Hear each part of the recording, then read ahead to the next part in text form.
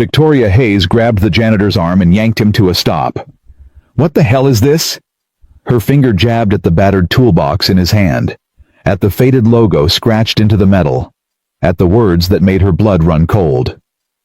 Horizon Systems, 2014. "Answer me." Her voice echoed across the marble lobby. "Why does my company's logo appear on your toolbox?" 800 employees froze. Security rushed forward. Phones came out recording everything. David Chen, 43 years old, gray uniform stained with machine oil, looked up at the youngest CEO in Texas. He didn't flinch. "Because I built this company. Every line of code, every patent, every dollar you've ever made." He pulled his arm free from her grip. "Your father stole it from me the week my wife died." The lobby went dead silent. Victoria's face turned white. And somewhere in a high school across town, a 15-year-old girl named Lily Chen had no idea her entire world was about to collapse. Drop a comment with your city so I can see how far this story travels. Victoria's hand shot out and grabbed his collar. "Say that again." David didn't resist, didn't pull away, just stood there letting her grip wrinkle the fabric of his maintenance uniform. "I said your father stole my company. You want me to speak slower?" "You're lying." "I'm not." "Prove it." David reached into his pocket with his free hand, pulled out his phone, tapped the screen twice. June 14th, 2014. Certificate of Incorporation. Horizon Systems LLC. Founders David Chen and Michelle Thompson. He turned the screen toward her face. "That's me on the left. That's my wife on the right. That's the garage where we built the prototype that runs your servers right now." Victoria stared at the photo. Her grip loosened. A young man, bright eyes, confident smile, standing next to a beautiful woman with dark hair and a pregnant belly. Behind them, a wall covered in whiteboards and sticky notes. She looked at the man in front of her, gray at the temples, lines around his eyes, calloused hands. The same jawline, the same steady gaze. The same man, 20 years older, a lifetime more tired. "Security," Victoria said quietly. "Let him go." The guard stepped back. Victoria released his collar, smoothed the wrinkled fabric with a gesture that might have been an apology. "My office, now." She turned and walked toward the elevator. David picked up his toolbox and followed. Behind them, 800 phones were already uploading to social media. The elevator doors closed. Victoria pressed 15. The executive floor. Silence. David watched the numbers climb. 3, 4, 5. "Your father approached us in 2017, he said. "We needed capital to scale. He offered $8 million for 45%. Victoria didn't look at him. "I know. I've read the acquisition files." "Then you know what the company was worth when he bought me out." $32 million, March 2019. "And you know what he paid me?" Silence. The elevator passed floor 9, 10, 11. $200,000, Victoria said quietly. "I saw the documents." "Did you see the date?" March 15th. "Did you see what happened on March 3rd? Victoria finally turned to look at him. "No." David's voice was flat. Empty, like he was reading from a police report. March 3rd, 2019, 7:47 p.m. My wife Michelle was driving home from work. Intersection of Oak Street and 5th Avenue. A drunk driver ran a red light doing 60 miles an hour. The elevator stopped. Floor 15. The doors opened. Neither of them moved. "She died on impact," David said. "Our daughter was 2 years old.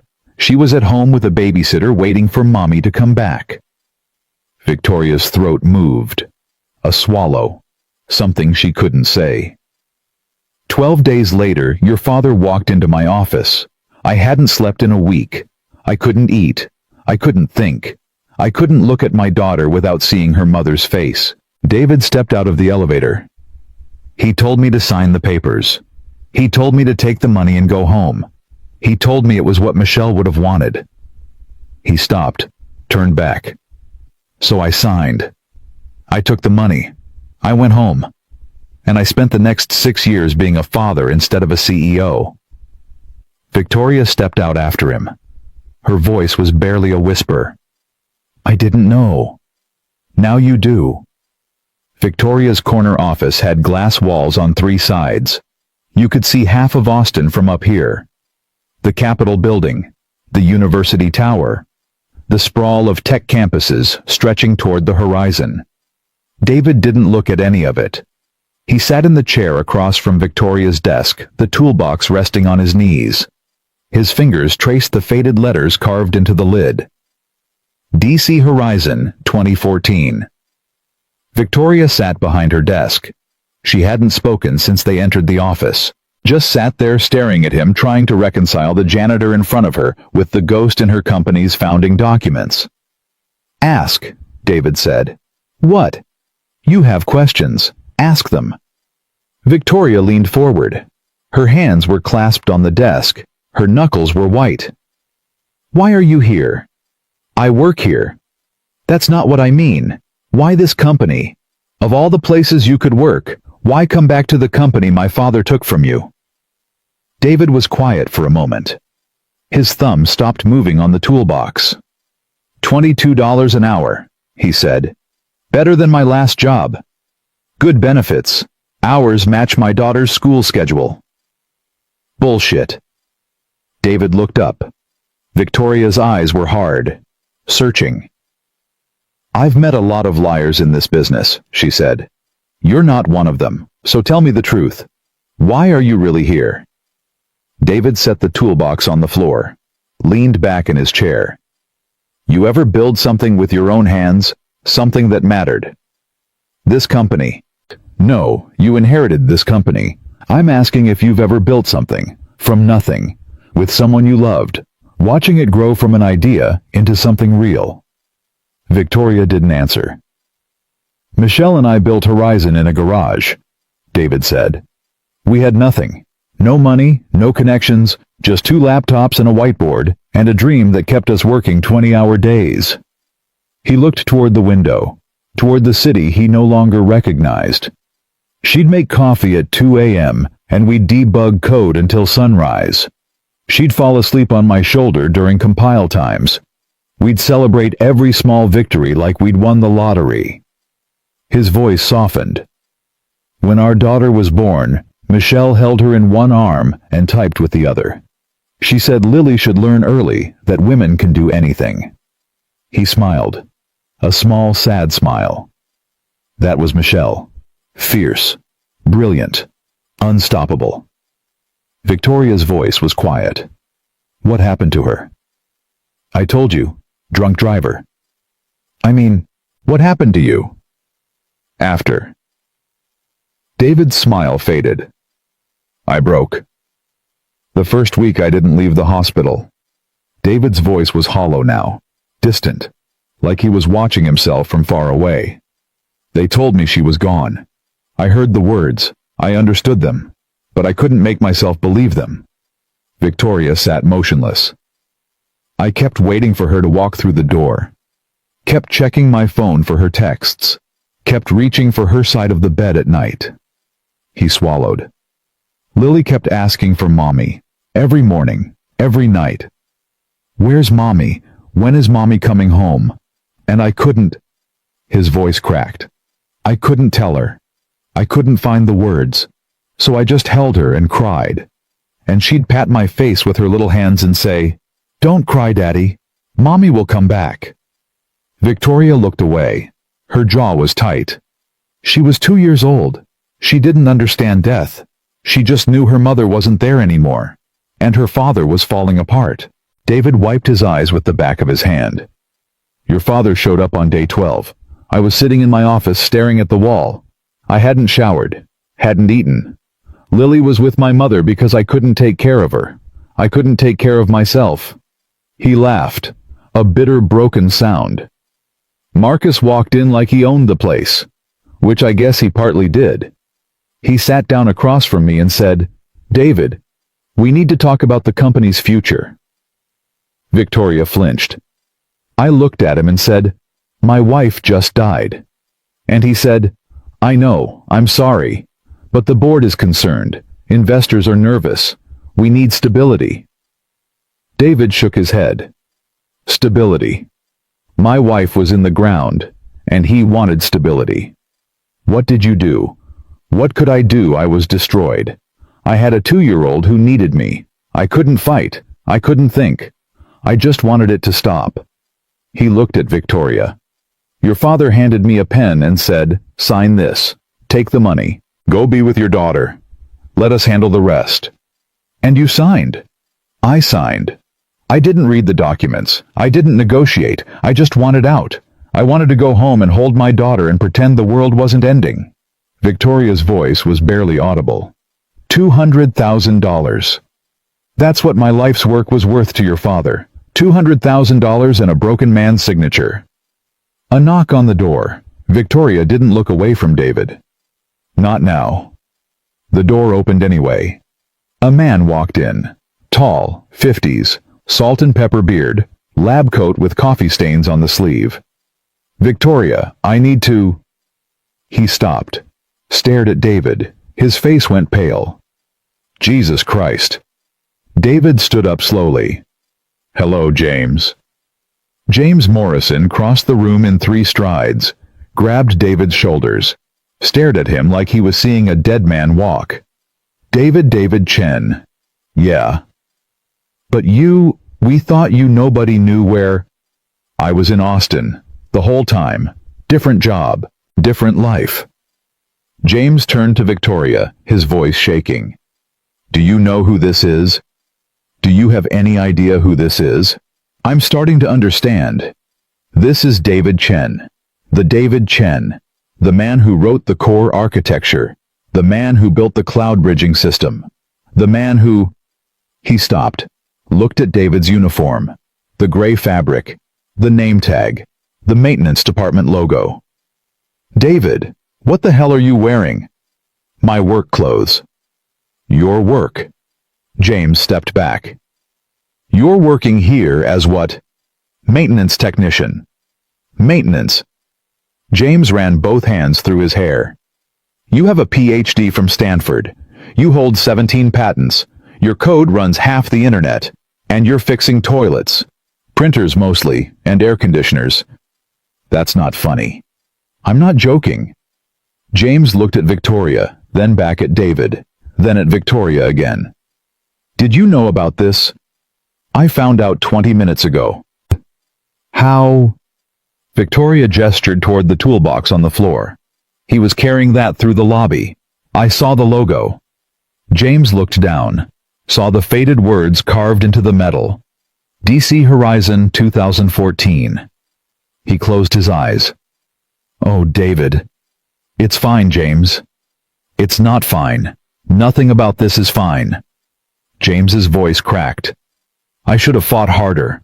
When Marcus pushed you out, I should have done something, said something. There was nothing you could do.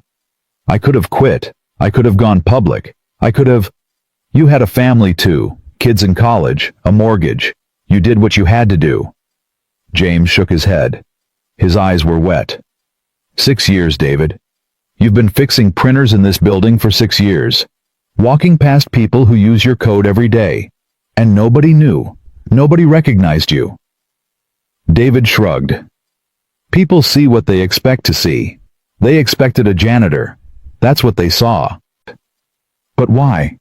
Why put yourself through that? Why come back here at all? David was quiet for a moment. You remember what Michelle used to say about building things that matter? James nodded slowly. She said the point wasn't credit. The point was impact. Right. The point was making something that helped people. Something that lasted. David looked around the office. At the glass walls. The expensive furniture. The Nexus Technologies logo gleaming on every surface. This company helps people, James.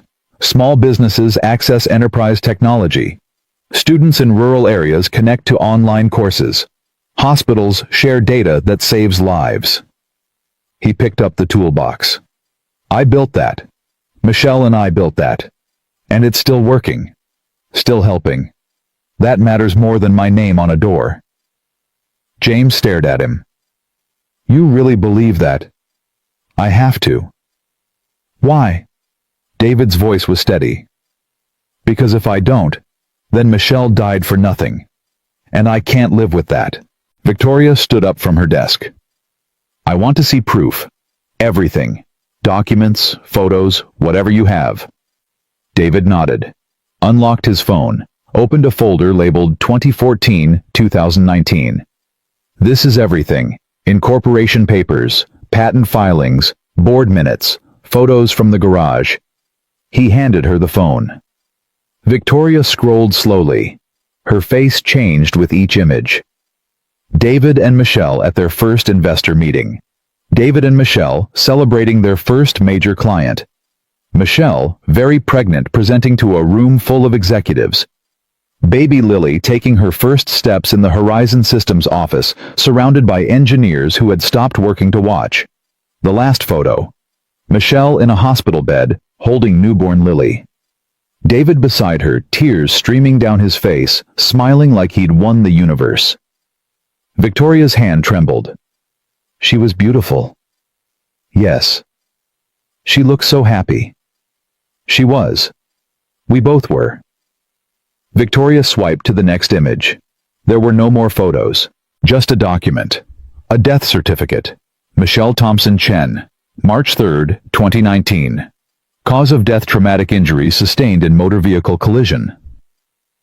Victoria handed the phone back. Her voice was thick. I believe you. I know. What do you want? David put the phone away, picked up the toolbox. I want to finish my shift. There's a printer on the 7th floor that's been jamming, and a coffee machine in the break room that needs a new heating element. Victoria stared at him. That's it? That's all you want? I want to pick up my daughter at 3:30, help her with her homework, make her dinner, watch a movie together, go to bed knowing she's safe. He headed for the door. That's all I've wanted for 6 years. That's all I want now. Victoria stepped forward. David, wait. He stopped, hand on the door handle. My father was wrong. What he did to you was wrong. And I want to make it right. David turned. His eyes were tired, but kind. You can't give me back what I lost, Ms. Hayes. Nobody can. Then let me give you what you deserve. Recognition, compensation. A position that matches your abilities. David smiled, that same sad smile. You know what Michelle told me the night before she died? Victoria shook her head. She said, David, promise me something. Promise me that no matter what happens, you'll be there for Lily. Not just physically there, really there, present, paying attention, making memories. His voice softened. I promised. And I've kept that promise every single day for 6 years. I've been there for every breakfast, every bedtime story, every nightmare, every fever, every first day of school and every last day, every skinned knee and every broken heart. He opened the door. That's worth more than any job title. That's worth more than any amount of money. That's worth more than having my name on a building. James spoke up. David, does Lily know about any of this? David paused. His jaw tightened. No. She knows her mother was brilliant. She knows her mother loved her. But she doesn't know about the company. About what I gave up. Why? Because I didn't give it up. I traded it. For time. For her. And I'd make that trade 1,000 times over. He stepped into the hallway. Now if you'll excuse me, I have a printer to fix. Victoria watched him walk toward the service elevator. Gray uniform, old toolbox, shoulders slightly hunched from years of physical labor. The man who built an empire. The man who lost everything. The man who chose his daughter over revenge. James came to stand beside her. His voice was quiet. What are you going to do? Victoria didn't answer immediately. Her phone buzzed. A text from her assistant. The lobby video has 200,000 views. Media is calling. What should I tell them? Victoria looked at the text, then at David's retreating figure. "The whole world is about to know who he is," she said. "By tonight, this will be everywhere." James nodded slowly. "Does he know that—" "I don't think he cares." "Then what does he care about?" Victoria thought of the photo on his phone. The last one. Michelle in the hospital bed holding their newborn daughter. David beside her crying with joy. "His daughter," she said. "He cares about his daughter." She pulled out her phone, started typing a reply. "Tell them nothing. I'll handle this personally." Then she opened her contacts, scrolled to a name she hadn't called in years. Robert Hayes, her father's personal attorney, the man who had drafted the buyout agreement, the man who knew exactly what Marcus Hayes had done to David Chen. Time to find out what else her father had buried. Down in the service elevator, David leaned against the wall. His hands were shaking. He'd held it together in the office, kept his voice steady, kept his face calm. But now, alone, the mask was cracking. He thought about Lily, sitting in her chemistry class right now. Probably bored. Probably doodling in her notebook. Probably thinking about what she wanted for dinner. She had no idea. No idea that her father had once been on magazine covers. No idea that he'd built a company worth millions. No idea that he'd given it all up so he could be home when she got off the school bus. David looked at his phone. At the lock screen. Lily's face laughing at something he'd said. She looked so much like Michelle it hurt. The elevator reached the ground floor. The doors opened. David straightened up, wiped his eyes, put the mask back on. He had a printer to fix, and a daughter to pick up at 3:30. Nothing else mattered. But as he walked through the service corridor, his phone buzzed. A text from his mother. "David, call me, now." Then another text. Someone posted a video. Lily saw it. She's asking questions. David stopped walking. His heart stopped beating. She knows something is wrong. What do I tell her? David stared at the screen. 6 years of protection. 6 years of careful lies. 6 years of shielding his daughter from the truth about who her father used to be. All of it crumbling. Because of a toolbox. Because of a logo. Because he couldn't just throw away the last piece of what he and Michelle had built together. His hands shook as he typed back. "Don't tell her anything. I'm coming home." He shoved the phone in his pocket, looked at the toolbox in his hand, the faded words carved into the metal. DC Horizon 2014. Michelle's voice echoed in his memory. "Promise me you'll be there for her. Really there." David gripped the toolbox tighter. He'd kept that promise for 6 years. But he'd never promised to tell her the truth. And now the truth was coming whether he was ready or not. David didn't wait for the elevator. He pushed through the service door and took the stairs 2 at a time. His toolbox banged against his leg with every step. The sound echoed through the concrete stairwell like a heartbeat. His phone buzzed again. Another text from his mother. "She's crying, David. She won't tell me why, just keeps looking at her phone." David's chest tightened. He hit the ground floor and burst through the exit into the parking garage. His old Honda Civic sat in the far corner wedged between 2 BMWs that probably cost more than his annual salary. He threw the toolbox in the back seat and started the engine. 3:47 p.m. Lily would have been home from school for almost an hour. He pulled out of the garage and merged onto Congress Avenue. Traffic was thick. Austin rush hour starting early.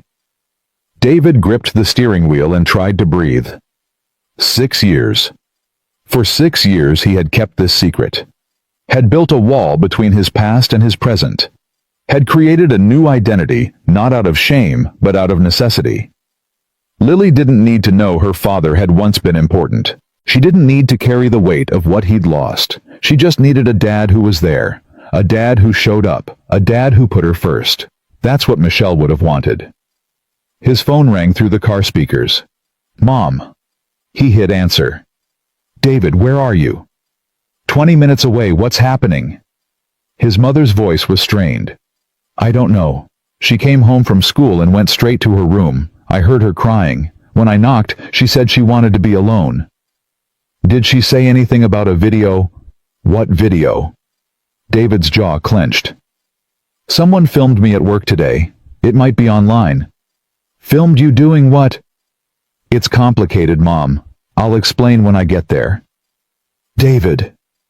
His mother's voice sharpened. What's going on? What aren't you telling me? I have to go. I'll be there soon. He hung up before she could ask more questions. The traffic light turned red.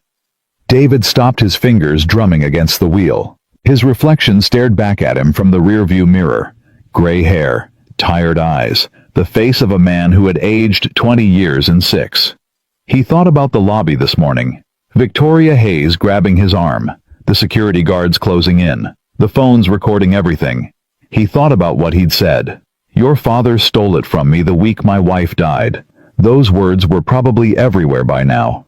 Twitter, Facebook, TikTok. Wherever people went to watch strangers' lives fall apart. And Lily had seen it. His 15-year-old daughter, who thought her father was just a maintenance man, had seen a video of him confronting a CEO, claiming he'd built the company, talking about her mother's death. David closed his eyes. I'm sorry, baby. I'm so sorry. The light turned green. He pressed the gas and drove toward home. The house was small, a 2-bedroom rental in a quiet neighborhood near Lily's school. They'd moved here 4 years ago after the apartment got too cramped.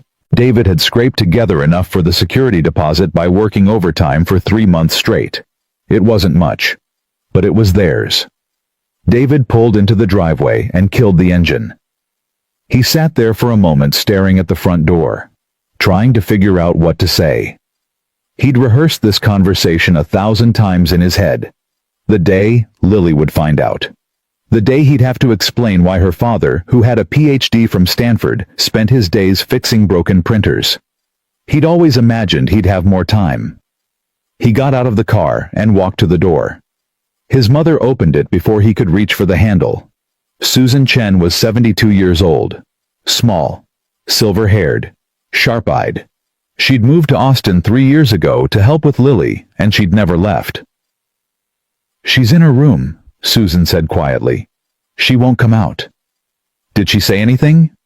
Just that she needed to think. David nodded, started toward the hallway. His mother grabbed his arm. David, what is this about? What happened today?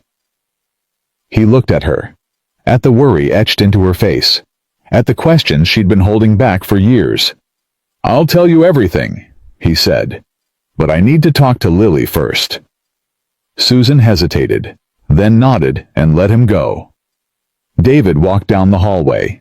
His footsteps were quiet on the carpet. He stopped outside Lily's door, raised his hand to knock. Then he heard it. Crying, soft, muffled crying, the kind you make when you're trying not to be heard. David's heart shattered. He knocked gently. Lily, it's Dad. Can I come in? Silence. Then, go away. Lily, please. We need to talk. I don't want to talk to you. I know you saw something online. I know you're confused. Just let me explain. The door flew open. Lily stood there, her eyes red and swollen, her cheeks wet with tears. She was holding her phone, the screen still glowing. Explain. Her voice cracked. Explain what? Explain why you've been lying to me my entire life. Lily. Is it true? She held up the phone. On the screen was a paused video. David could see himself in the frame standing in the lobby, Victoria Hayes inches from his face. Did you really build that company? Did you really know Mom? David's throat tightened. Yes. Did she really work there with you? Yes. Then why? Lily's voice broke completely. Why didn't you tell me? Why did you let me think you were just a janitor? Maintenance technician, David said softly. This isn't funny. I know. I'm sorry. I shouldn't have said that. Lily threw her phone onto the bed. Her hands were shaking. Do you know what it was like watching that video? Seeing you stand there and say those things, everyone at school was sharing it. Everyone was asking if that was really my dad. David reached for her. Lily. She stepped back. Don't touch me right now. David lowered his hand. His eyes burned. I was going to tell you, he said. When you were older. When you could understand. Understand what? That my dad used to be some kind of genius, that he built a company worth millions, that he gave it all up to what, fix toilets. I gave it up for you. Lily froze. What? David took a breath. Let it out slowly. After your mom died, I couldn't function. I couldn't work. I couldn't think. All I could do was hold you and cry. He leaned against the doorframe, suddenly exhausted. Marcus Hayes, Victoria's father. He came to me 12 days after the funeral. He told me to sign over my shares. He told me to take the money and go home. He told me it was what your mother would have wanted. And you believed him. I didn't care about believing him. I just wanted out. I wanted to stop. I wanted to go home and be with you. Lily's jaw trembled. So you just gave up everything you built? Everything Mom built? I traded it. For time. For you. I didn't ask you to do that. You were 2 years old, Lily. You couldn't ask for anything. You just kept looking at the door and saying, Mommy's coming home, over and over. Every night. Lily sat down on the bed. Her legs seemed to give out beneath her. I don't remember that. I know, you were too young. I don't remember her at all. David's voice cracked. I know. They sat in silence.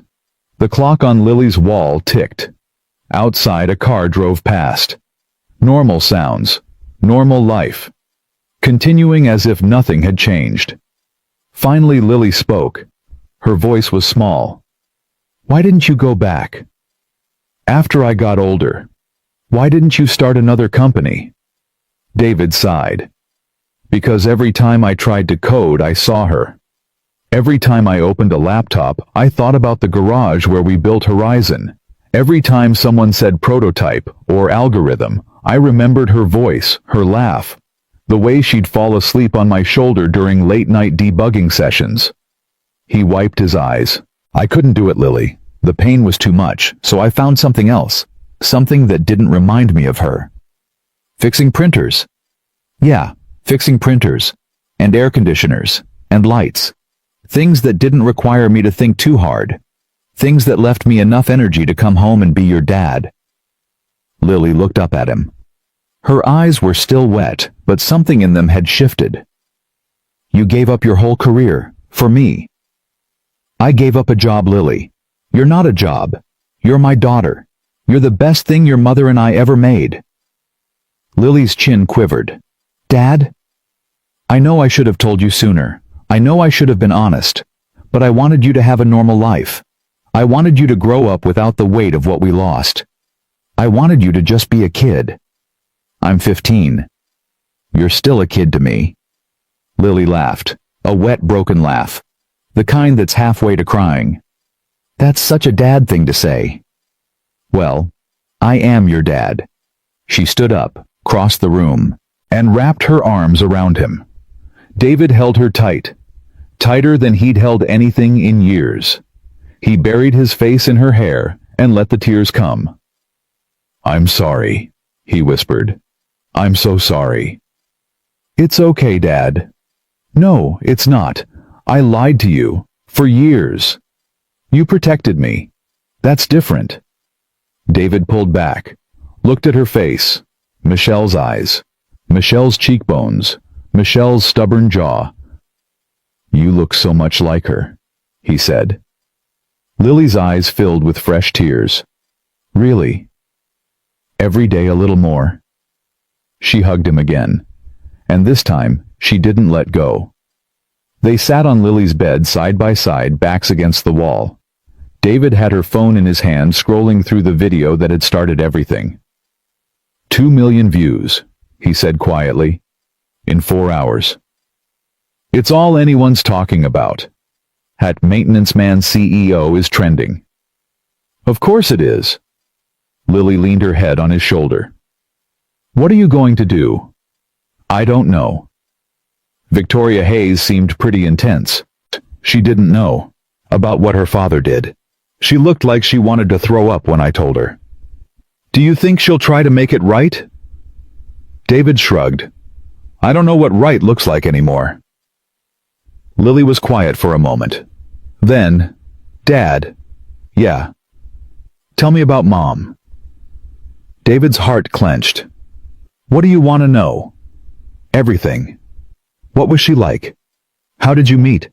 What did she sound like when she laughed? David closed his eyes. Let the memories wash over him. Memories he'd kept locked away for years. We met at Stanford, he said. First week of graduate school. She was in the computer science lab at 3 a.m., arguing with a vending machine. Lily smiled. Arguing with a vending machine. It ate her dollar. She was explaining to it very calmly, very logically, why it was morally obligated to give her the Snickers bar she'd paid for. Did it work? No, so she hacked it. She hacked a vending machine. Reprogrammed the whole thing. By the time she was done, it was giving out free candy to everyone in the building. Lily laughed. A real laugh this time. That's amazing. That was your mother. She couldn't stand injustice, even from machines. When did you know you loved her? David thought about it. About 30 seconds after I met her. She turned around and saw me watching, and she said, if you tell anyone about this, I'll hack your email and sign you up for every spam list on the internet. Romantic. It was, actually. She had this look in her eyes. This fire. I'd never seen anything like it. David's voice softened. She was brilliant, Lily. Not just smart brilliant. She could see solutions nobody else could see. She could look at a problem and immediately know 3 different ways to solve it. Like you? No, I'm methodical. I work through things step by step. Your mother was intuitive. She just knew. It's what made us such a good team. Lily pulled her knees up to her chest. I wish I remembered her. You have pieces of her. The way you tilt your head when you're thinking. The way you laugh. The way you get stubborn when you know you're right. I'm not stubborn. You argued with your math teacher for 20 minutes last week about the proper use of the quadratic formula. Because I was right. David smiled. See, just like her. They sat in silence for a while. The afternoon light faded. The room grew dim. Dad? Yeah. What was she doing the night she died? David's smile faded. She was coming home from work. There was a product launch the next day. Big presentation. She'd been at the office for 16 hours. Why didn't she stay over? Because it was your birthday week. She'd promised to be home every night to tuck you in. Lily's voice was barely audible. She died because of me. No. David turned to face her. No, Lily. She died because a drunk driver ran a red light. That's the only reason. The only one. But if she'd stayed at work, then she would have missed tucking you in, and she never would have done that. Never. But, listen to me. David took her hands. Your mother loved you more than anything in this world. More than the company. More than her career. More than her own life. She was coming home to you because that's where she wanted to be. Lily's tears spilled over. I just wish I could remember her. You don't have to remember her to know her. You carry her with you. In everything you do. In everything you are. David reached into his pocket. Pulled out his wallet. Inside, behind his driver's license, was an old photograph. He handed it to Lily. Michelle in the hospital bed. Newborn Lily in her arms. Both of them glowing. This was the day you were born, David said. She held you for 3 hours straight. Wouldn't let anyone else touch you. She kept saying, look at her, David. Look what we made. Lily stared at the photo. Her fingers trembled. She's beautiful. Yes? I have her nose. You have her everything. Lily pressed the photo to her chest. Can I keep this? It's always been yours. I was just holding it for you. Susan appeared in the doorway. Her face was etched with concern. David, there's someone at the door. Who? A woman. Says she's from Nexus Technologies. David stood up. His heart started pounding again. Stay here, he told Lily. Dad. I'll be right back. He walked down the hallway, through the living room, to the front door. Victoria Hayes stood on his porch. She'd changed clothes since this morning. Gone was the power suit and the razor-sharp ponytail. She wore jeans, a simple blouse. Her hair was down. She looked almost human. How did you find my address? David asked. HR file. I'm sorry for showing up unannounced. What do you want? Victoria took a breath. Can we talk? We talked this morning. I know, but things have changed. Changed how?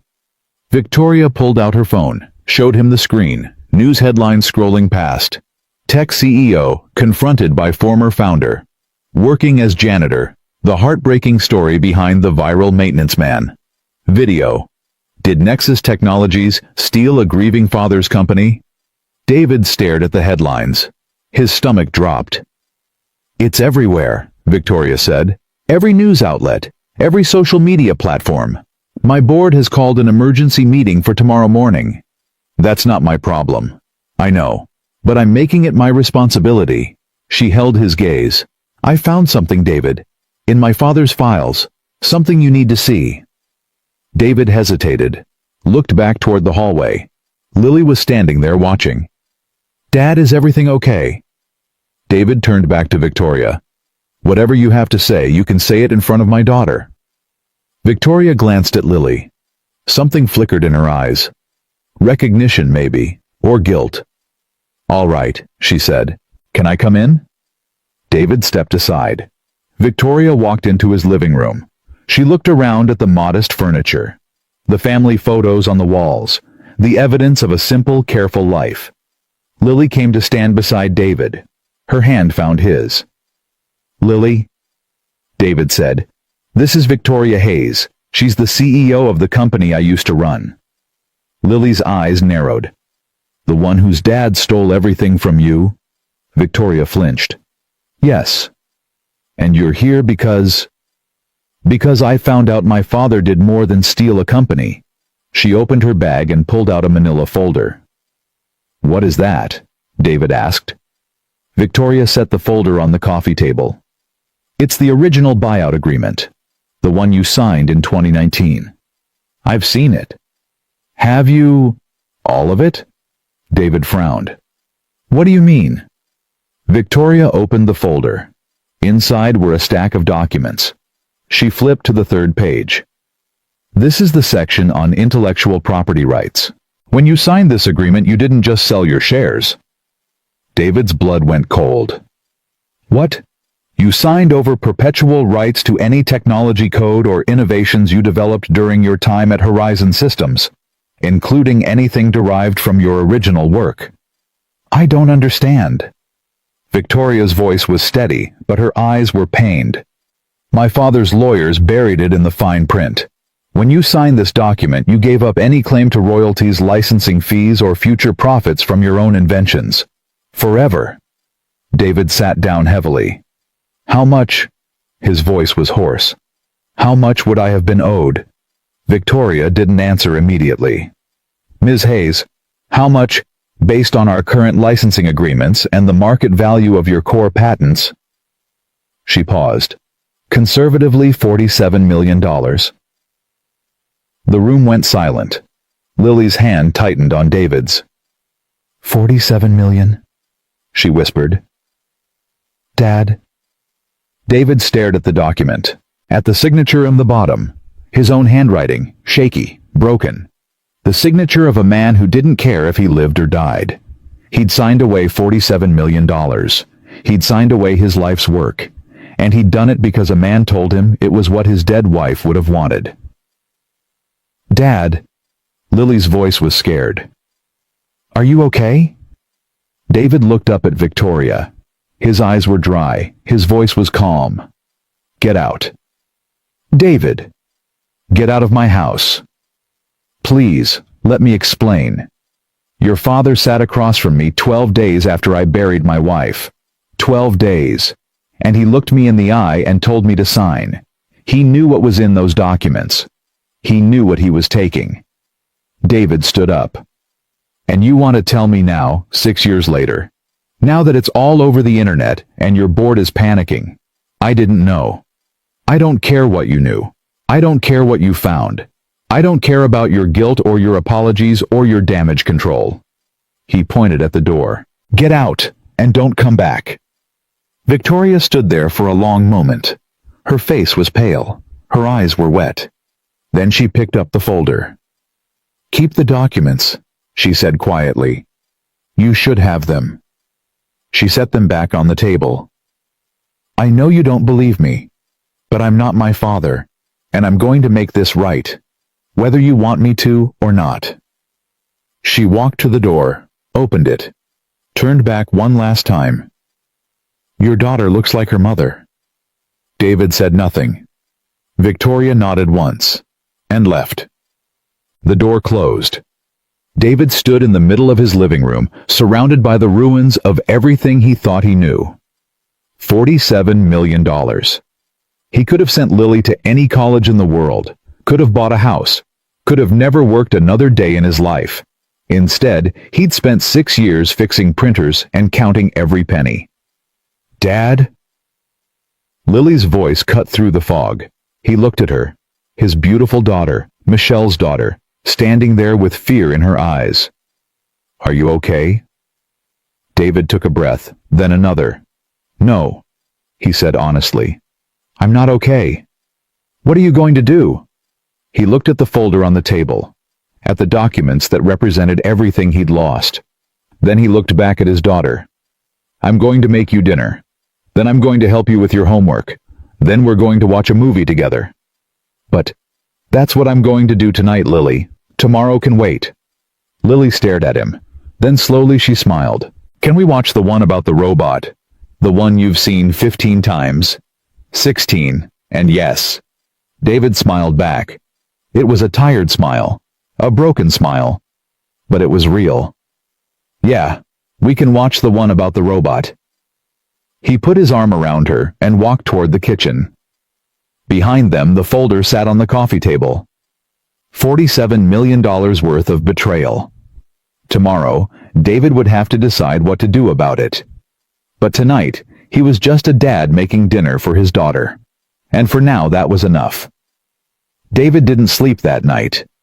He lay in bed staring at the ceiling, listening to the house settle around him. The refrigerator hummed. A dog barked somewhere down the street. Normal sounds. The sounds of a normal life. But nothing felt normal anymore. $47 million. The number kept circling in his head like a vulture. At 3 a.m. he gave up trying to sleep. He got out of bed, walked to the kitchen and made coffee. Then he sat at the table and opened the folder Victoria had left behind. Page after page of legal documents, clauses and subclauses, language designed to confuse, language designed to hide. David had signed every page. He remembered that day. March 15th, 2019. Marcus Hayes sitting across from him in his office. 2 lawyers flanking him like bodyguards. A stack of papers on the desk. Just sign here, David. And here. And here. David hadn't read a single word. He just wanted it to be over. Now 6 years later he was reading every word. And with each page the weight in his chest grew heavier. Marcus Hayes hadn't just bought him out. He'd gutted him. Stripped him of everything. Every patent. Every algorithm. Every line of code David had ever written. And buried in the middle, almost invisible, was a non-disclosure agreement. David had promised never to publicly discuss the terms of his departure. Never to claim credit for his work. Never to speak about Horizon Systems or its founding. He'd broken that promise this morning in the lobby, which meant Nexus Technologies could sue him. David laughed. A bitter, hollow sound. They'd stolen $47 million from him, and they could still sue him for talking about it. Dad. He looked up. Lily stood in the kitchen doorway, wrapped in her mother's old Stanford sweatshirt. What are you doing up? I couldn't sleep. She walked over and sat across from him. What are those legal documents? From when I sold the company. Lily reached for the folder. David didn't stop her. She read for a few minutes. Her face changed as she went. Confusion. Then anger. Then something that looked like heartbreak.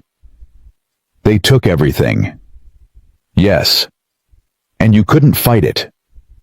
I signed it, Lily. Willingly. They didn't put a gun to my head. You were grieving. You weren't thinking clearly. That has to count for something. David shrugged. Maybe. Maybe not. I'm not a lawyer. Then we get a lawyer. We sue them. We get back what's yours. It's not that simple. Why not? David pointed to a paragraph near the end. Non-disclosure agreement. I promised never to talk about this publicly. I broke that promise yesterday. Lily's eyes widened. They can sue you. Technically, yes. That's insane. They steal from you, and then they can sue you for talking about it. Welcome to corporate America. Lily slammed the folder shut. This isn't fair. No, it's not. So what are we going to do? David looked at his daughter, at the fire in her eyes. Michelle's fire. I don't know yet. We have to do something. I know. Dad, you can't just let them get away with this. I'm not going to let them get away with anything. I just need to think. Lily grabbed his hand. Her grip was fierce. Promise me. Promise me you won't give up. David squeezed back. I promise. His phone buzzed on the table. A text message. He picked it up. Read it. Read it again. Who is it? Lily asked. James Morrison, the CTO at Nexus. What does he want? David showed her the screen. Meet me at Cafe Luna, 8 a.m. Come alone. I have information you need. Lily frowned. Is this a trap? I don't think so. James was always one of the good ones. How do you know you can trust him? David thought about it. About James standing in Victoria's office yesterday. The look on his face when he saw David's uniform, the guilt in his eyes. I don't know, he said honestly, but I think I have to find out. Cafe Luna was a small coffee shop near the university, the kind of place with mismatched furniture and local art on the walls. David arrived at 7:45 and ordered a black coffee. He sat in the corner, his back to the wall, and waited. James walked in at exactly 8 a.m. He looked like he hadn't slept either. Dark circles under his eyes. Wrinkled shirt. His usual lab coat was gone. He ordered at the counter, then made his way to David's table. Thank you for coming. What do you have, James? James sat down, pulled out a laptop, set it on the table between them. I spent all night going through Marcus Hayes's archived files, the ones Victoria doesn't have access to. Why doesn't she have access? Because Marcus locked them before he died. Password protected. Encrypted. He didn't want anyone to see what was inside. But you got in. James smiled grimly. I've been the CTO for 8 years. I know every backdoor in our system. He opened the laptop and turned it toward David. This is an email chain from March 2019, between Marcus Hayes and his lead attorney. David leaned forward, started reading. The first email was dated March 2nd, the day before Michelle died. Re-Horizon Acquisition Strategy, Marcus. As discussed, the optimal time to approach Chen would be immediately following a significant personal crisis. His emotional state will impair his judgment, and he will be more likely to accept unfavorable terms.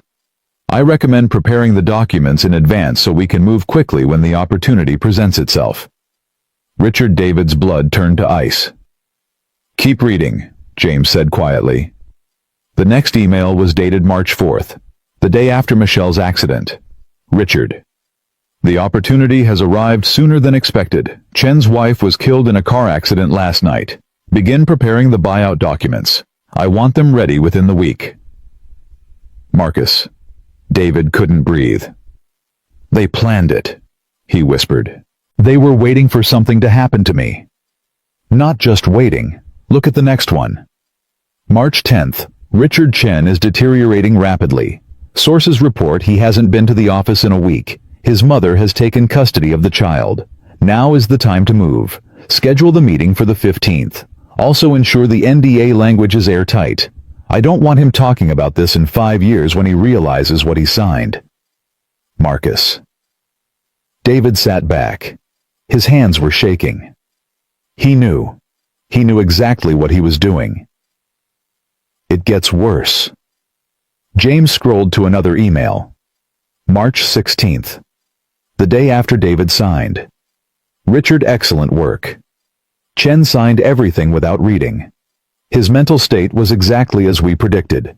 The fool gave away $50 million worth of IP for pocket change. Transfer the initial payment and begin the patent reassignment process.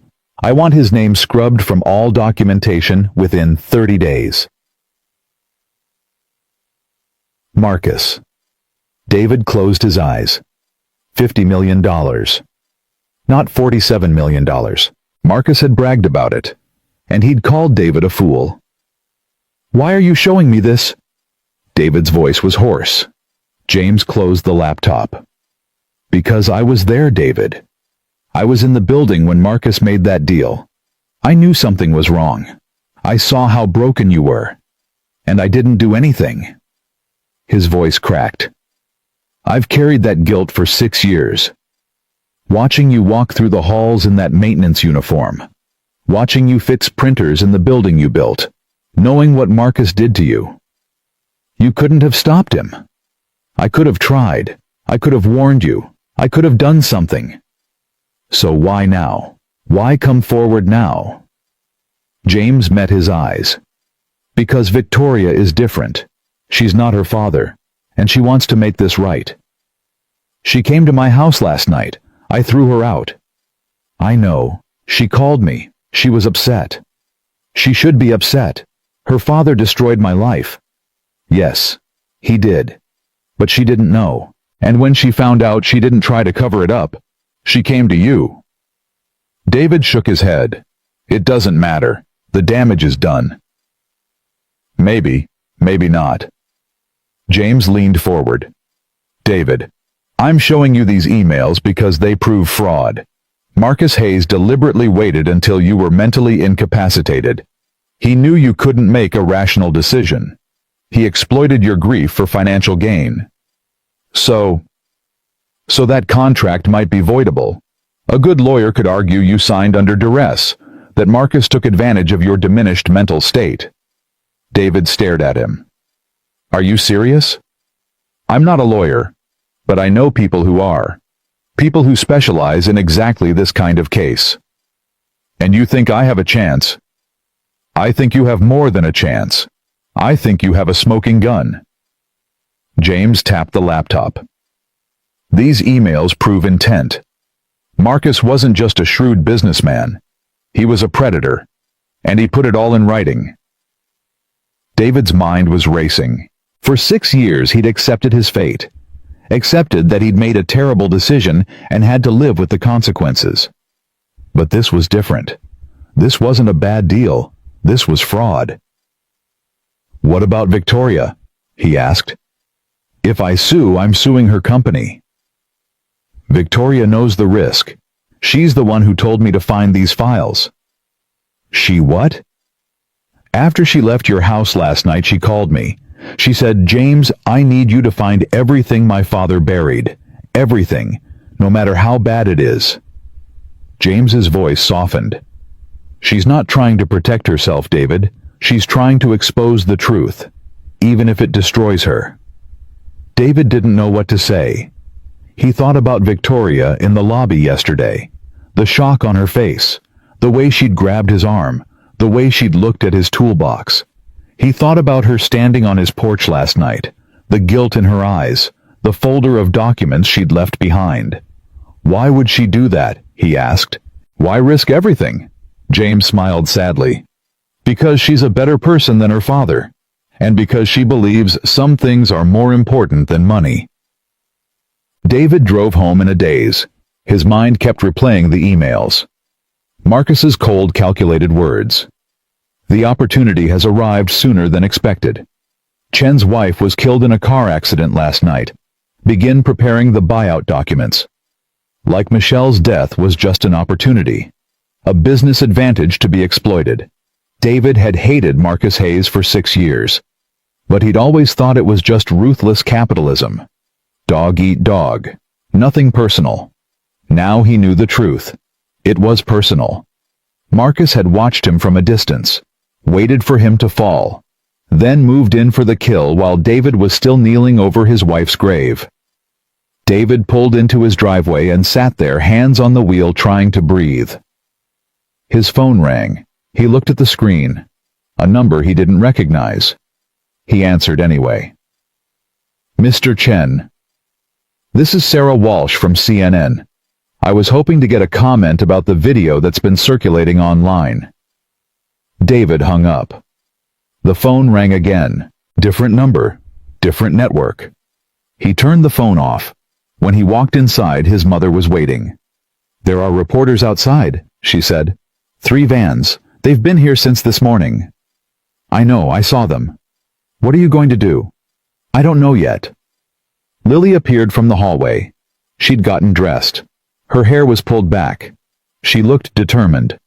I saw the news vans, she said. They're saying you might sue Nexus Technologies. Where did they hear that? It's everywhere, Dad. People are taking your side. Hashtag justice for David is trending. David sank onto the couch. I haven't decided anything yet. But you're thinking about it, right after what James showed you. David looked up sharply. How do you know about James? Lily held up her phone.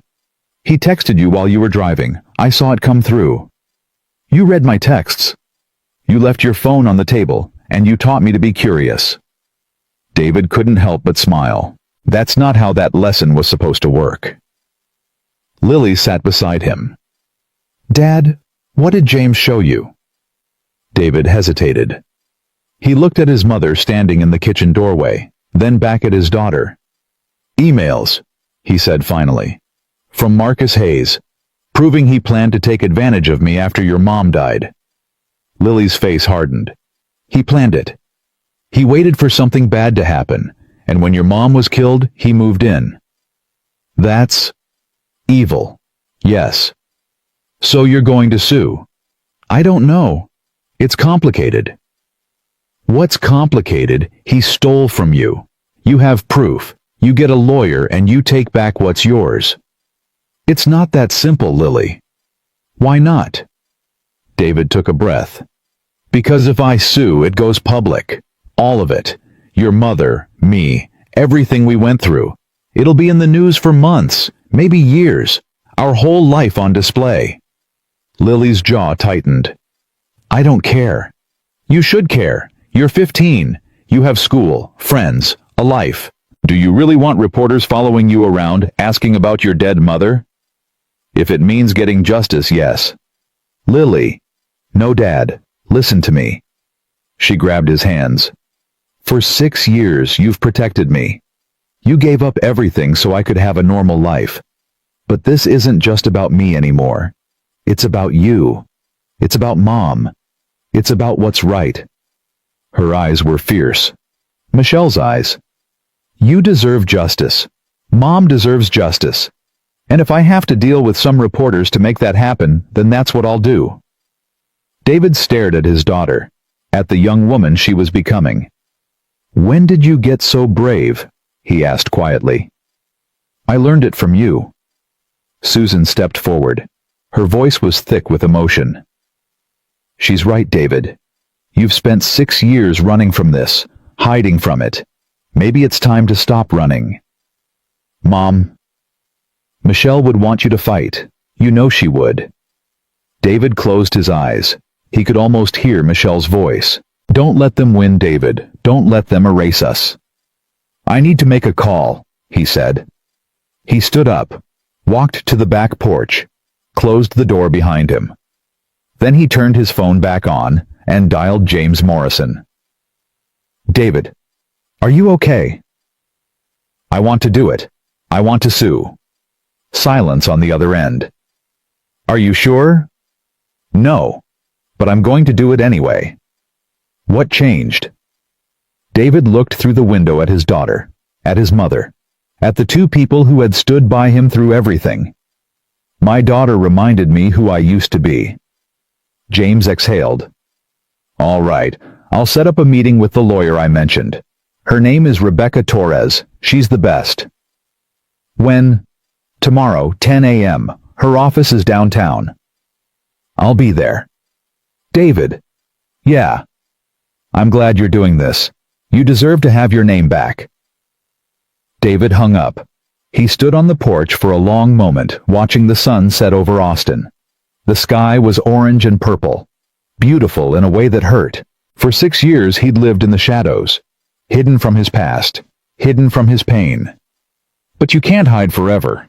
Eventually the truth finds you.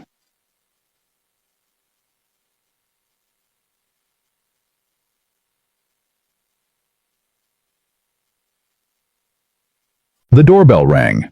David walked back inside. His mother was already at the door, peering through the peephole. "It's her," Susan said. "That woman from last night." "Victoria Hayes." "Yes." David's jaw tightened. What does she want? Should I tell her to leave? David thought about it. About what James had told him. About Victoria risking everything to expose her father's crimes. No, let her in. Susan opened the door. Victoria stood there looking nothing like the powerful CEO he'd met in the lobby. She looked tired, vulnerable, human. "I know you told me not to come back," she said, "but I need to talk to you, please." David stepped forward. "Come in." They sat in the living room, Victoria on one side, David on the other, Lily and Susan watching from the kitchen doorway. "I read the emails," David said. "James showed them to me." Victoria nodded. "I know, he told me. Your father was a monster." "Yes, he was." "And you still want to help me?" Victoria leaned forward. Her eyes were red like she'd been crying. "I love my father. Despite everything. He raised me. He taught me. He made me who I am." She paused. "But what he did to you was unforgivable. And if I try to protect his legacy instead of doing what's right, then I'm no better than him." "So what are you proposing?" Victoria reached into her bag, pulled out another folder. "This is a settlement offer. I had my lawyers draw it up this afternoon." David took the folder, opened it. His eyes went wide. $50 million. Full restoration of your intellectual property rights. Public acknowledgement of your role as founder of Horizon Systems. And a permanent seat on the Nexus Technologies Board of Directors. He looked up. "You're serious?" "Completely." "Why, you could fight this. Drag it out in court for years. Your lawyers would bleed me dry." "I could, but I won't." "Why not?" Victoria stood up, walked to the window. Her voice was quiet. "Because I've spent my whole life trying to live up to my father's image. Trying to be as strong as him. As ruthless as him. As successful as him." She turned to face David. "But I don't want to be him. Not anymore." She walked back and stood in front of him. "You built something incredible, David. You and Michelle. You built something that helps millions of people. And my father stole it from you in your darkest moment." Her voice cracked. "I can't give you back your wife. I can't give you back those 6 years. But I can give you back your name. Your work. Your legacy." She pointed at the folder. "Take the settlement. Don't take the settlement. Sue me. Don't sue me. Whatever you decide, I'll accept it." "Why?" "Because it's the right thing to do." David stared at her. At this woman who had every reason to fight him, every reason to protect herself. "You're really not like your father," he said. "I'm trying not to be." David looked down at the settlement offer. $50 million. More money than he'd ever imagined. But it wasn't about the money. It never had been. I have a condition, he said. Name it. The main research lab. I want it renamed. The Michelle Chen Innovation Lab. Victoria smiled. It was the first real smile he'd seen from her. Done. And I want a scholarship fund. For children of all Nexus employees, not just executives. Everyone. Janitors, security guards, maintenance workers, everyone. The Michelle Chen Scholarship Fund. I'll announce it at the board meeting. David nodded slowly. Then we have a deal. Victoria extended her hand. David shook it. And for the first time in 6 years, he felt something he'd almost forgotten. Hope. Lily ran into the room and threw her arms around him. You did it, Dad. You actually did it. David held her tight. We did it. Together. Susan was crying. She didn't even try to hide it. Michelle would be so proud, she said. So proud of both of you. Victoria watched the family embrace. Something flickered in her eyes. Pain, maybe. Or longing. I should go, she said quietly. You should celebrate. David released Lily and turned to Victoria. Stay. What? Stay for dinner. You've earned it. Victoria hesitated. I don't want to intrude. Lily stepped forward. You're not intruding. You're the reason my dad got justice. Your father got justice because he deserved it. I just tried to do the right thing. Then stay and let us thank you. Victoria looked at David. He nodded. Okay, she said. I'll stay. That night they ate together. David, Lily, Susan, and Victoria. An unlikely group brought together by tragedy, betrayal, and the long road to redemption. They talked about Michelle, about Horizon Systems, about the early days in the garage when everything seemed possible. Victoria listened, asked questions, laughed at the stories, and somewhere during the meal, David realized something. He'd spent 6 years hating the Hayes family, blaming them for everything he'd lost. But Victoria wasn't her father. She was just a woman trying to break free from a legacy she never asked for. Just like he was a man trying to honor a love that death couldn't erase. After dinner, Victoria left. Lily went to bed. Susan retreated to her room. David sat alone in the living room, holding the settlement papers. $50 million. His name restored. Michelle's legacy protected. It should have felt like victory, but all he felt was tired. A deep, bone-weary exhaustion that had been building for 6 years. He walked to the mantel and picked up the framed photo. Michelle on their wedding day, smiling, radiant, full of life. We did it, he whispered. We finally did it. He touched her face through the glass. I wish you were here. I wish you could see Lily. She's so much like you, strong, brave, stubborn as hell. He laughed softly. She told me not to give up, just like you would have. He set the photo down. I'm going to keep my promise, Michelle. I'm going to be there for her. Every day, every moment, until my last breath. He looked out the window at the night sky. And then I'm coming to find you. The stars twinkled in the darkness. And somewhere, somehow, David felt her answer. I know, baby. I know. 3 weeks passed. The settlement was signed. The money transferred. The legal documents filed with the state of Texas. David Chen was officially a millionaire. But he still woke up at 6 a.m. every morning. Still made coffee in the same old pot.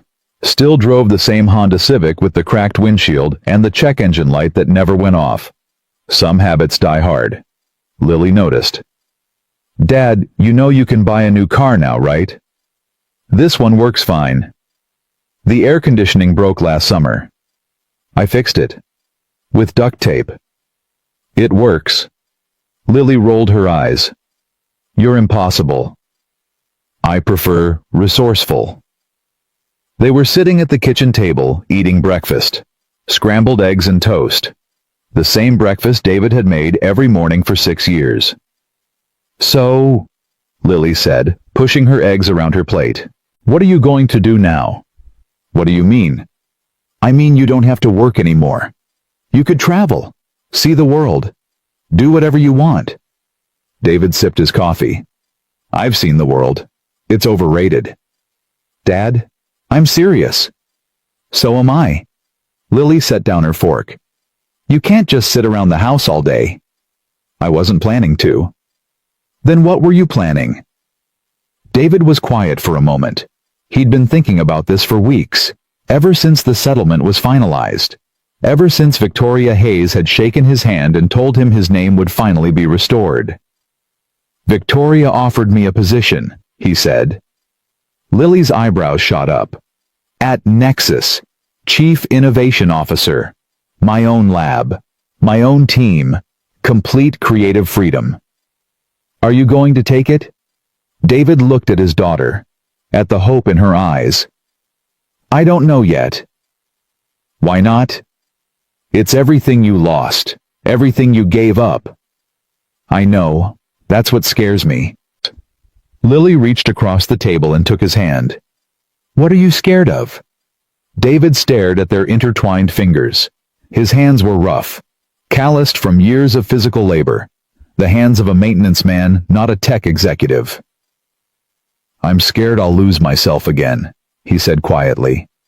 I'm scared I'll go back to working 16-hour days, missing dinners, missing your life. That won't happen. You don't know that. Yes, I do. Lily squeezed his hand. Because you're not the same person you were 10 years ago. You know what matters now. You won't forget. How can you be so sure? Lily smiled. Because you're my dad. And you've never broken a promise to me. David's throat tightened. I promised your mother I'd be there for you. And you have been, every day, every moment. But if I take this job, then I'll be proud of you, just like Mom would be. David looked at his daughter, 15 years old, almost a woman, so much like Michelle it made his heart ache. When did you get so wise? He asked. I learned from watching you. David laughed. It was a real laugh, the kind he hadn't heard from himself in years. Okay, he said. I'll think about it. Promise. Promise. The phone call came that afternoon. David was in the garage sorting through boxes of old documents, stuff he hadn't looked at in years, tax returns, bank statements, photos from the early days of Horizon Systems. His phone buzzed, Victoria's name on the screen. Hello. David. I need you to come to the office. Her voice was tense, strained in a way he'd never heard before. What's wrong? I can't explain over the phone. Just, please, come now. She hung up. David stared at the phone. His gut told him something was very wrong. He grabbed his keys and drove. The Nexus Technologies building looked the same as always, glass and steel reaching toward the sky, the morning sun glinting off 1,000 windows. But when David walked through the lobby, everything felt different. The employees wouldn't look at him. They kept their heads down, hurrying past, avoiding eye contact. Something had happened. He took the elevator to the 15th floor. Victoria's assistant met him at the door. Mr. Chen, she's waiting for you. David walked into Victoria's office. She was standing by the window, her back to him. Her shoulders were rigid, her hands clasped behind her back. Victoria. She turned around. Her face was pale. Her eyes were red like she'd been crying. Close the door. David closed it. What's going on? Victoria walked to her desk, picked up a folder, held it against her chest like a shield. There's something I need to tell you. Something I just found out. About what? About your wife. About Michelle. David's blood went cold. What about her? Victoria's hands trembled. She opened the folder and pulled out a single sheet of paper. This morning I received an anonymous package. It was sent to my personal address. Inside was this document. She handed it to him. David looked at it. A police report. Dated March 3, 2019. The night Michelle died. He'd seen this report before, or so he thought. But as he read it, he realized something was different. There was an additional page, a supplementary investigation report that had never been included in the original file. His eyes scanned the words. Vehicle identification, 2018, Mercedes-Benz S-Class, registered owner, Hayes Family Trust driver, Marcus Hayes. David stopped breathing. What is this? Victoria's voice was barely a whisper. Keep reading. Blood alcohol content at scene 0, 14%. Driver fled scene before police arrival. Investigation terminated per order of Chief Williams, March 5, 2019. Reason: insufficient evidence. The paper fell from David's hands. No. David. No. This can't be real. I didn't know. I swear to God I didn't know. David's legs gave out. He collapsed into the chair behind him. Marcus Hayes. The man who had stolen his company. The man who had exploited his grief. The man who had looked him in the eye 12 days after Michelle's death and told him to sign away his life's work. That man had killed Michelle. The drunk driver, David whispered. It was him. It was your father. Victoria was crying now, tears streaming down her face. I found out an hour ago. I called the Austin Police Department. They confirmed the report is authentic. He killed her, and then he covered it up. The chief of police at the time was on my father's payroll. He buried the investigation. David's hands clenched into fists. His whole body was shaking. He sat across from me. 12 days later, he sat across from me and told me to sign the papers. He told me it was what Michelle would have wanted. David, he killed her. David slammed his fist on the desk. He killed her, and then he stole everything from me.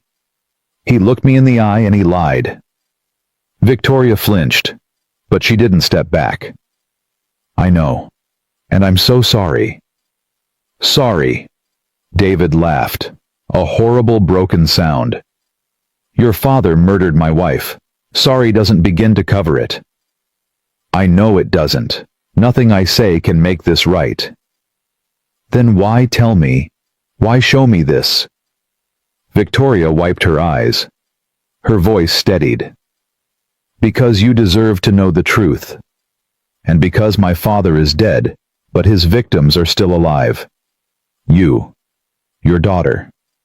Everyone he hurt. She picked up the folder. There's more. The anonymous package included other documents. Evidence that my father paid off witnesses. Bribed officials. Destroyed records. Who sent it? I don't know, but whoever it was, they wanted this to come out. David stood up. His legs were unsteady, but his voice was firm. I want everything, every document, every record, everything you have. It's yours. And I want the police chief, the one who buried the investigation. He retired 3 years ago, lives in Florida now. I don't care where he lives. I want him held accountable. Victoria nodded. I'll hire investigators, lawyers, whatever it takes. Why are you helping me? Victoria met his eyes. The tears were still there, but underneath was something harder, something resolved. Because my father was a murderer, and I won't let his crimes stay buried. David drove home in a daze. His hands gripped the steering wheel so tight his knuckles turned white. His vision blurred. The road in front of him seemed unreal. Marcus Hayes had killed Michelle. The thought kept circling in his head over and over like a song stuck on repeat. He'd spent 6 years grieving a random tragedy. A drunk driver running a red light. Wrong place, wrong time. Terrible luck. But it wasn't random. It was the man who had stolen his company. The man who had destroyed his life. The man whose daughter now ran the empire built on David's work. By the time David pulled into his driveway, he was shaking so badly he could barely turn off the engine. Lily was waiting at the door. "Dad? What's wrong? You look... Where's your grandmother?" "In the kitchen." "Dad? What happened?" David walked past her, through the living room, into the kitchen where Susan was washing dishes. "Mom!" Susan turned around. Her smile faded the moment she saw his face. "David, what is it? Sit down, both of you." Lily followed him in. They sat at the kitchen table, the same table where they'd eaten breakfast that morning. The same table where David had promised to think about Victoria's job offer, a lifetime ago. "Dad, you're scaring me." David took a breath. His whole body was trembling. "I found out something today, about your mother's accident." Susan's face went pale. "What about it?" "It wasn't an accident, and it wasn't a random drunk driver." "What do you mean?" David looked at his daughter, at his mother, at the two people he loved most in the world. It was Marcus Hayes, Victoria's father. He was driving the car that killed Michelle. Silence. Complete, absolute silence. Lily's face went white. Her hands gripped the edge of the table. "What?" "He was drunk. He ran a red light. He hit your mother's car and fled the scene. Then he paid off the police chief to bury the investigation." Susan's hand flew to her mouth. "Oh my God." 12 days later he showed up at my office. He told me to sign over my shares. He told me to take the money and go home to my daughter. David's voice cracked. He looked me in the eye. The man who had just killed my wife. And he told me it was what Michelle would have wanted. Lily stood up so fast her chair fell over. "I'm going to kill him." "He's already dead. Heart attack 3 years ago." "Then I'll dig him up and kill him again." "Lily, no." Tears were streaming down her face. "He killed Mom. He stole Dad's company. He ruined our lives. And he just died. He just got to die peacefully without ever paying for what he did." "I know. I know it's not fair." "It's not just not fair. It's evil. It's the most evil thing I've ever heard." Susan spoke up. Her voice was shaking. "How did you find out?" "Victoria, she received an anonymous package with the evidence. She called me this morning." "And she just told you, her own father?" "She didn't know. She was as shocked as I was." Lily laughed bitterly. "Oh, she didn't know. How convenient." "I believe her, Lily." "Why her family has done nothing but hurt us?" "Because she didn't have to tell me. She could have destroyed the evidence. Could have kept it buried. Instead, she gave me everything." "She's probably just trying to cover her own ass. Make sure you don't sue her." "The settlement is already signed. She has nothing to gain from telling me." Lily shook her head. "I don't trust her." "You don't have to, but I do." Susan reached across the table and took David's hand. "What are you going to do?" David looked at her, at the woman who had lost her daughter-in-law, who had helped raise her granddaughter, who had watched her son fall apart and slowly, painfully put himself back together. "I'm going to find out everything," he said. "Everyone who helped cover this up, everyone who knew, and I'm going to make sure they face justice. Even if it takes years. Even if it takes the rest of my life." Susan nodded slowly. "Michelle would want that." "I know." Lily sat back down. Her tears had stopped, replaced by something harder, something colder. "I want to help." "Lily. I'm not a little girl anymore, Dad. She was my mother. I have a right to be part of this." David looked at his daughter, at the steel in her eyes, Michelle's steel. "Okay," he said. "We'll do this together." The next morning, David met with Victoria and a team of lawyers. They spread the documents across a conference table. Police reports, bank records, email correspondence, a paper trail of corruption that stretched back 7 years. Marcus Hayes hadn't just covered up Michelle's death. He'd built an entire system of bribery and intimidation. Police officers, judges, city officials. Anyone who could have exposed him had been paid off or threatened into silence. Rebecca Torres, the lead attorney, shook her head as she reviewed the files. This is extensive. Hayes must have spent millions keeping this quiet. Can we prosecute? David asked. Hayes is dead. We can't prosecute a dead man, but we can go after his accomplices. The former police chief, the witnesses who took bribes, the officials who helped bury the investigation. What about civil suits? Against who Hayes's estate has already been distributed. Most of it went to Victoria. David looked at Victoria. She sat at the end of the table, her face pale but determined. I'll pay whatever it takes, she said. Whatever the legal fees, whatever the settlements. I'll cover it all. Rebecca raised an eyebrow. That could be tens of millions. I don't care. Ms. Hayes, I need to advise you that this could destroy your company's reputation. If this becomes public, I want it to become public. I want everyone to know what my father did. Rebecca stared at her. You're serious? Completely. David spoke up. Victoria, you don't have to do this. It's not your debt to pay. Yes, it is. Victoria's voice was firm. I inherited everything my father built. His money, his company, his legacy. That means I inherited his sins too. But, no buts, David. I've spent my whole life benefiting from what my father did. From the company he stole from you. From the life he took from Michelle. She stood up, walked to the window. When I was a little girl, my father told me that business was war, that the only thing that mattered was winning, that compassion was weakness. She turned to face him. I believed him. For years I believed him. I built my career on his principles. I stepped on people. I crushed competitors. I did whatever it took to win. Her voice cracked. But then I saw you in that lobby. A man in a maintenance uniform carrying an old toolbox. A man who had every reason to hate me. And you just stood there, calm, dignified, telling the truth. She walked back to the table. In that moment, I realized that my father was wrong. Winning isn't everything. Being able to look at yourself in the mirror is everything. She sat down. So yes, I'm going to pay for this. I'm going to expose my father's crimes, and I'm going to spend the rest of my life trying to undo the damage he caused. The room was silent. Rebecca cleared her throat.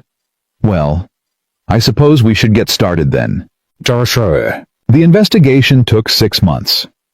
David worked alongside Victoria and the legal team, reviewing documents, interviewing witnesses, building a case against everyone who had helped Marcus Hayes cover up Michelle's death. The former police chief was the first to fall. He was arrested at his home in Florida and charged with obstruction of justice, bribery, and conspiracy. The evidence was overwhelming. He pleaded guilty in exchange for a reduced sentence. 3 other officers were indicted. 2 city officials resigned in disgrace. A judge was removed from the bench. The story made national news. #Justice.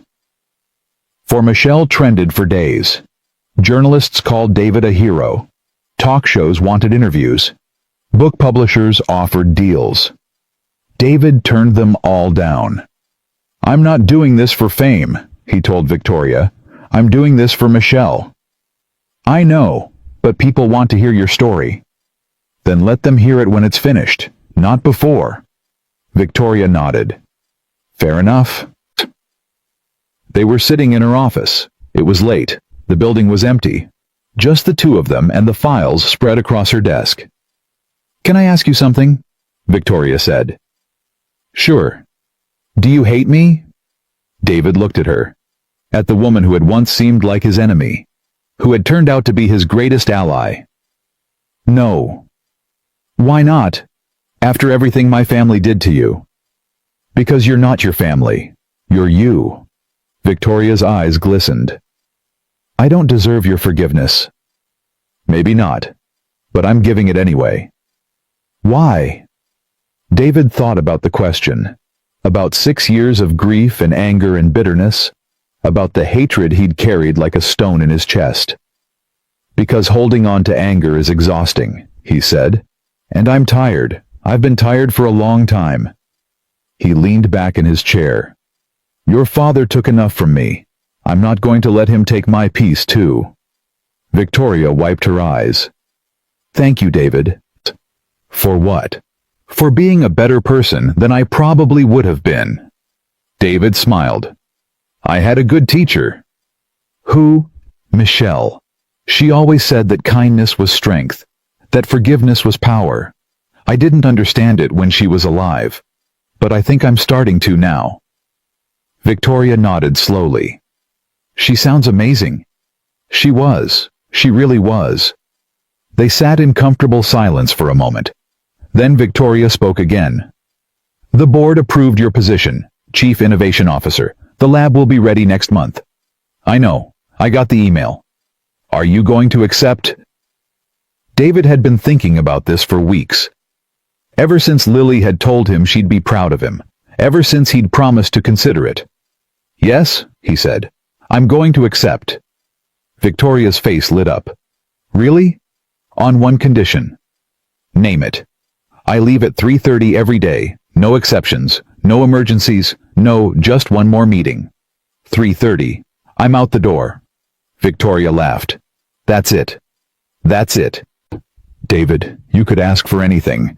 Stock options, a corner office, a private jet.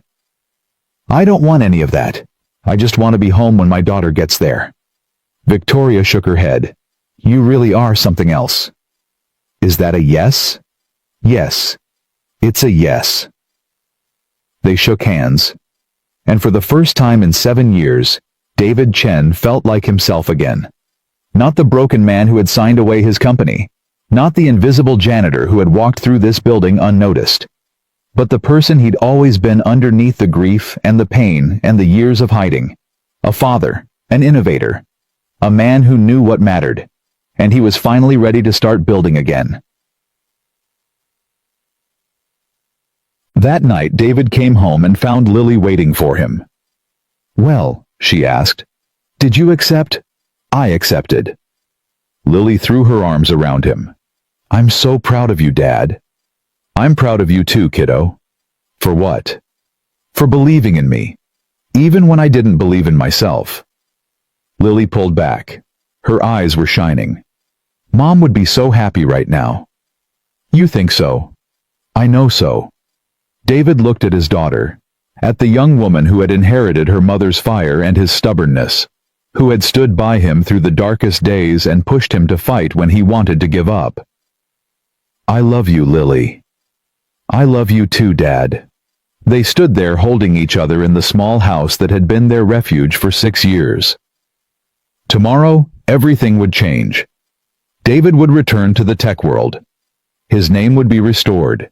His legacy would finally be recognized. But tonight, he was just a father, holding his daughter, grateful for everything they still had. And somewhere he knew Michelle was watching. Smiling. Finally at peace. 5 years later. The Michelle Chen Innovation Lab occupied the entire 12th floor of Nexus Technologies. 3,000 square feet of cutting-edge equipment, collaborative workspaces, and floor-to-ceiling windows overlooking the Austin skyline. David stood at the entrance, watching his team work. 23 engineers, 12 researchers, a dozen interns from universities across the country. All of them focused on a single goal, making technology accessible to everyone. It had been his dream once. His and Michelle's. Back in that tiny Seattle apartment surrounded by takeout containers and energy drinks and the stubborn belief that 2 people could change the world. Now it was real. Mr. Chen. David turned. A young woman stood behind him, tablet in hand. Sarah, his executive assistant. The board meeting starts in 20 minutes. I know. And your daughter called. She said to remind you about dinner tonight. David smiled. I remember. She also said, and I quote, if he's late again, I'm eating his dessert. That sounds like her. David looked at his watch. 2:47 p.m. 43 minutes until his self-imposed departure time. Tell the board I'll be there in 5 minutes. and tell my daughter her dessert is safe." Sarah nodded and walked away. David took one last look at the lab, at the engineers hunched over their screens, at the whiteboard covered in equations and flowcharts, at the prototype sitting on the center table, a small device that would bring high-speed internet to rural schools across America. Michelle's dream finally coming true. He turned and headed for the elevator. The board meeting was routine: quarterly projections, market analysis, strategic partnerships. The kind of corporate discussion that David had once lived for and now merely tolerated. Victoria sat at the head of the table leading the meeting with the confidence of someone who had finally grown into her role. She was 37 now, still sharp, still driven, but with a warmth that hadn't been there 5 years ago. She caught David's eye and smiled. He nodded back. They had become friends over the years. Not close friends, too much history for that, but something real. Something built on mutual respect and shared purpose. When the meeting ended, Victoria caught up with him in the hallway. "Got a minute?" "2 actually, then I have to leave." "Lily's dinner. She's making her grandmother's recipe. If I'm late, I don't get fed." Victoria laughed. "She's tough. She gets it from her mother." They walked together toward the elevator. "The board approved your proposal," Victoria said. "The scholarship fund is expanding. We'll be covering tuition for 500 students next year." "That's good news. It was your idea." "It was Michelle's idea. I just made it happen." Victoria stopped walking. "David." He turned. "Yeah. I want you to know something. These past 5 years, working with you, it's changed me. Changed the company. Changed everything." Victoria. "Let me finish. When I found out what my father did, I wanted to burn it all down. The company. The legacy. Everything. I thought there was no way to make it right." Her eyes glistened. "But you showed me another way. You showed me that redemption isn't about destroying the past. It's about building something better in its place." David didn't know what to say. "Thank you," Victoria said, "for giving me a chance, for trusting me when you had every reason not to." David thought about the journey they'd taken, the anger, the betrayal, the slow, painful process of healing. "You earned it," he said finally. "Every bit of it." Victoria nodded, wiped her eyes quickly like she didn't want him to see. "Go, your daughter's waiting." David smiled. "See you tomorrow, Victoria." "See you tomorrow, David." He stepped into the elevator. The doors closed. And for a moment, just a moment, he thought he heard Michelle's voice. "You did good, baby. You did so good." The drive home took 17 minutes. David pulled into the driveway at exactly 3:28 p.m., 2 minutes ahead of schedule. The house was different now, not the small rental they'd lived in for years, but a real home. 4 bedrooms, a backyard with a garden, a porch where he could sit and watch the sunset. He'd bought it 3 years ago after the settlement money had finally started to feel real. Lily had picked out the color of her room, a deep purple that Michelle would have loved, and Susan had planted roses along the front walk. Home. David walked through the front door. "I'm here." Kitchen. Lily's voice rang out. He found her standing over the stove stirring something that smelled incredible. She was 20 now, a junior at Stanford studying computer science, home for the summer. "You're early," she said without turning around. "I'm always early." "You were late last Tuesday." "Traffic." "Excuses." David walked over and kissed her forehead. "What are we having?" "Grandma's pot roast, the one with the carrots and potatoes. Your grandmother's not here. She went to her book club, said to save her some." David leaned against the counter, watching his daughter cook. She moved with confidence now, the same way Michelle used to move, like she knew exactly what she was doing and didn't need anyone's approval. "How's school?" he asked. Fine. Class is going well? Dad, you ask me this every time I come home. And you give me the same vague answer every time. Lily smiled. I'm getting an A in my algorithms class. Happy. Very. I also got accepted into the summer research program, the one at the AI lab. David's eyebrows shot up. You didn't tell me that. I'm telling you now. Lily, that's incredible. I know. She turned to face him, wooden spoon in hand. But I wanted to ask you something first. Anything. The research is on cloud computing systems, specifically adaptive bridging technology for underserved communities. David went still. I know. It's the same thing you and Mom worked on. Lily set down the spoon. I've been reading about Horizon Systems, the original architecture, the patents, the papers you published back in 2015 and 2016. Where did you find those? The company archives. Victoria gave me access. David didn't know what to say. He'd kept so much of that history from Lily, not out of shame, but out of a desire to let her forge her own path, to not weigh her down with his legacy. But she'd found it anyway. What did you think? He asked quietly. Lily's eyes softened. I think you and Mom were geniuses. I think you were ahead of your time, and I think I want to continue what you started. David's throat tightened. Lily. I'm not doing it because I feel obligated. I'm doing it because I believe in it, the same way you did, the same way Mom did. She stepped closer. You always said that the point wasn't credit. The point was impact, making something that helped people, something that lasted. She took his hand. I want to do that, Dad. I want to build something that matters, something Mom would be proud of. David looked at his daughter, at the woman she had become. Brilliant, determined, full of the same fire that had burned in Michelle. She'd be so proud of you, he said. She'd be so incredibly proud. You think so? I know so. Lily hugged him, tight, the way she used to when she was little. I love you, Dad. I love you too, sweetheart. They stood there for a long moment. Father and daughter, two survivors of a storm that had nearly destroyed them both. Then Lily pulled back and wiped her eyes. The pot roast is going to burn. Then we'd better eat it. She laughed, and in that laugh David heard Michelle, heard the joy that had once filled their apartment, heard the future they had dreamed about together. It was still here, changed, transformed, but still alive.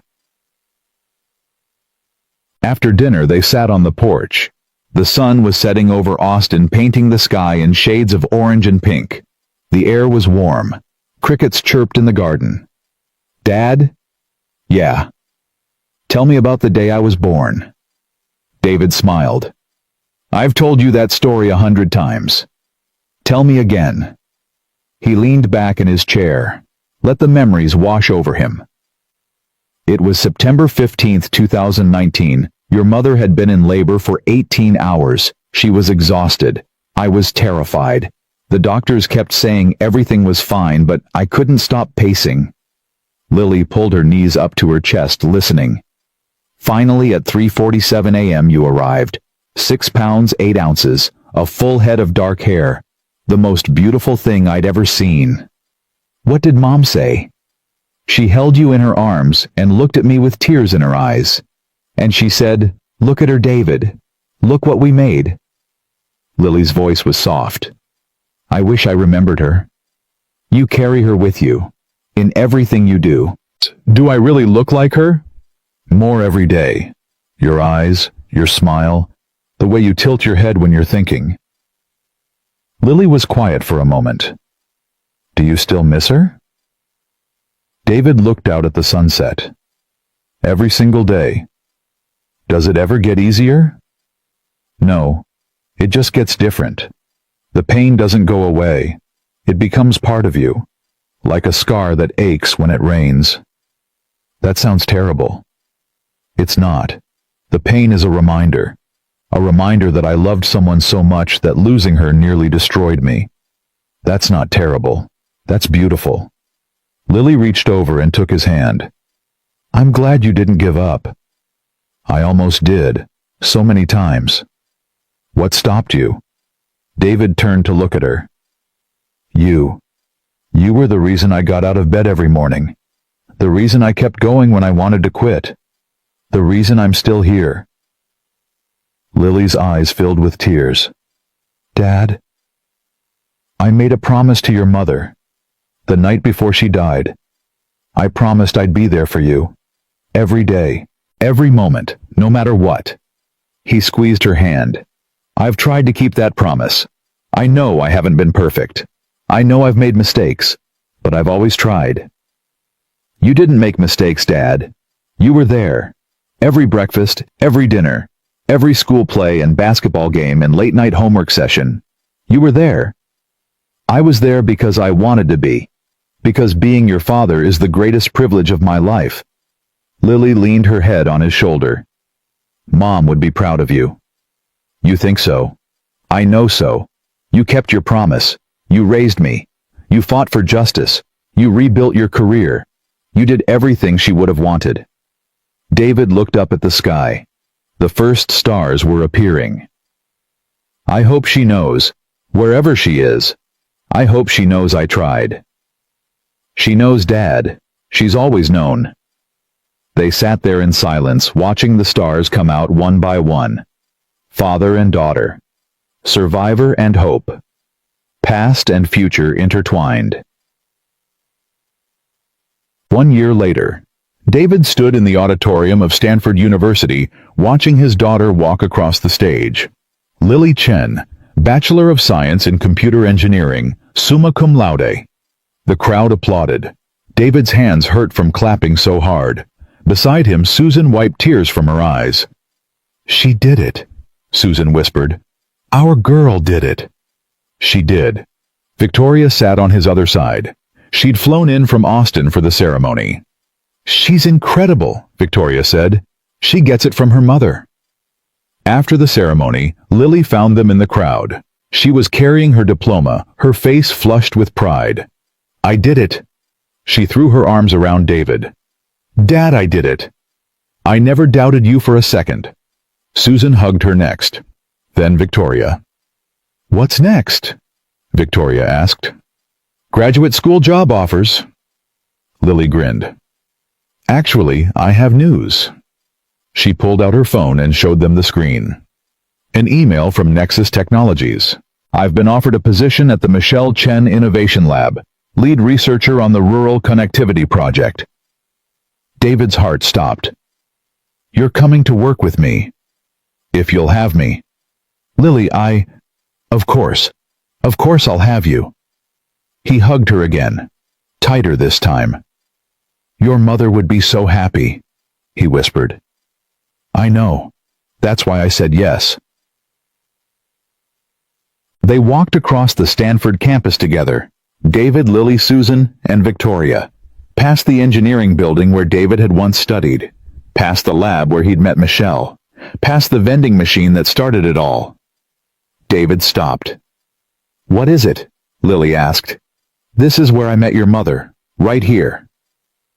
Lily looked at the vending machine. It was new now, different model, but the same spot.